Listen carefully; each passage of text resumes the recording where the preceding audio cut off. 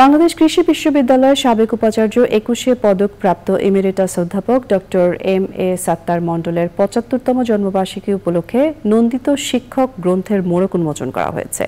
রাজধানীতে কৃষি বিশ্ববিদ্যালয়ের সাবেক শিক্ষার্থীরা এই আয়োজন করেন। বিস্তারিত মইনুল হাসানের রিপোর্টে।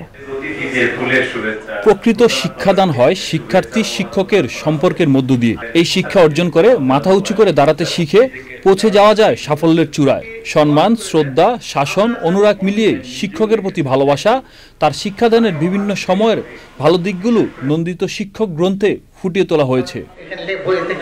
অনুষ্ঠানে ছাত্রজীবনে প্রিয় শিক্ষকের স্নেহ, ভালোবাসা আর প্রকৃত শিক্ষা পাওয়ার স্মৃতিচারণ করেন শিক্ষার্থীরা।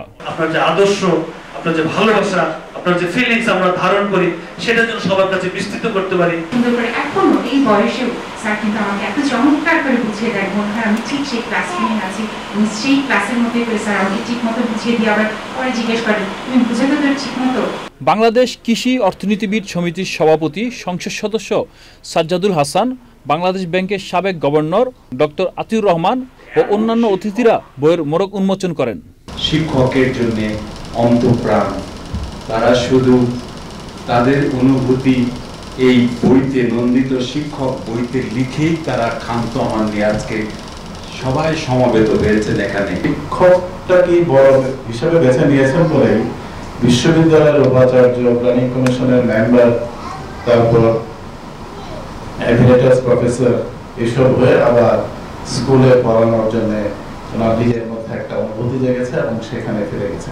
যে শিক্ষক যত বেশি নিরপেক্ষ, সৎ ও উদার, তিনি ছাত্রছাত্রীর চোখে তত বেশি শ্রদ্ধেয় ও অনুকরণীয় বলে মনে করেন এই নন্দিত শিক্ষক। আমি কোনো ব্যতিক্রমী মানুষও আমার কাছে কখনো মনে হয়নি, আমি কোনো বিশাল কোনো কিছু তাও মনে হয়নি। আমি আমাদের কর্মজীবনের এই যে গতিময়তা, এটা চলতে থাকবে। আমি সবার মাঝেই আছি, সবাইকে নিয়েই থাকতে চাই। আগামী প্রজন্মের পাঠকরা এই বই থেকে জানতে পারবে জাতি গঠনে ভূমিকা রাখা শিক্ষক কেমন করে বহুমুখী অবদান রাখতে পারেন। Moinul Hasan, channel I, Dhaka.